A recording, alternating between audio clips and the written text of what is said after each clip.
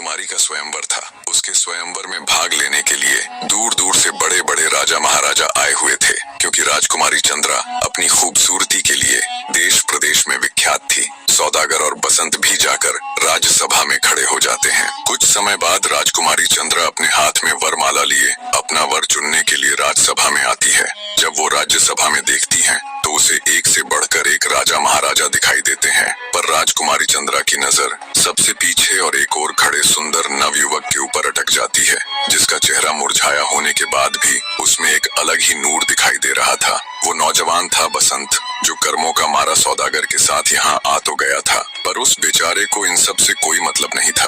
वो तो बस गर्दन झुकाए अपनी ही सोच में डूबा हुआ था। राजकुमारी चंद्रा उसके पास आती है और उसे वरमाला डाल देती है।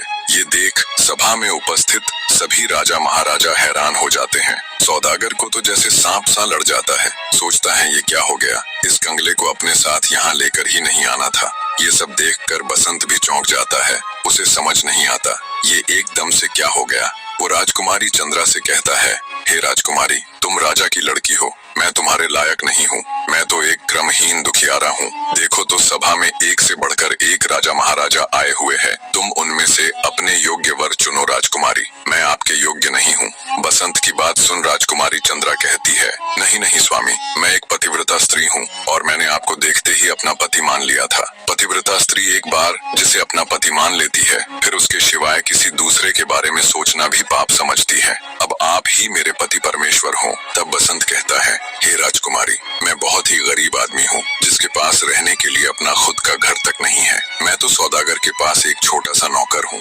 बसंत की बात सुन राजकुमारी बोली, स्वामी, मुझे अब आपकी धन दौलत या गरीबी से कोई फर्क नहीं पड़ता। अब आप जैसे भी हो मेरे पति हो। जिस हाल में आप रहोगे मैं भी रह लूंगी, जो आप खाओगे वो मैं भी खा लूंगी। अंततः राजकुमारी चंद्रा के हट के आगे आखिरकार मजबूर हो बसंत को भी झुकना ही पड़ता है। राजकुमारी जब माला डाल अपने चलने की तैयारी करने के लिए महल में जाती है, तब उसके पिता भी उसे समझाते हैं कि हे मूर्ख लड़की, ये तूने क्या कर दिया। मैंने तुम्हारा स्वयंवर इसलिए करवाया था कि तुम अच्छे से देखभाल कर एक सुंदर और प्रतिष्ठित राजकुमार को अपना पति चुनोगी, पर लगता है तुम्हारी मति मारी गई। जो उस कंगले के गले में वरमाला डाल उसे अपना पति चुन लिया। अपने पिता की बात सुन राजकुमारी कहती है, पिताजी, अब वो जैसे भी है मेरे पति हैं, आप उनकी तौहीन मत कीजिए। राजा कहता है, ठीक है, अगर तुम्हारा यही फैसला है तो मैं तुम्हें अपने धन में से एक फूटी कौड़ी भी नहीं दूंगा। देखूं तो तुम इस कंगले के साथ कैसे रह पाती हो। पर राजकुमारी के ऊपर अपने पिता की बातों का कोई असर नहीं हुआ।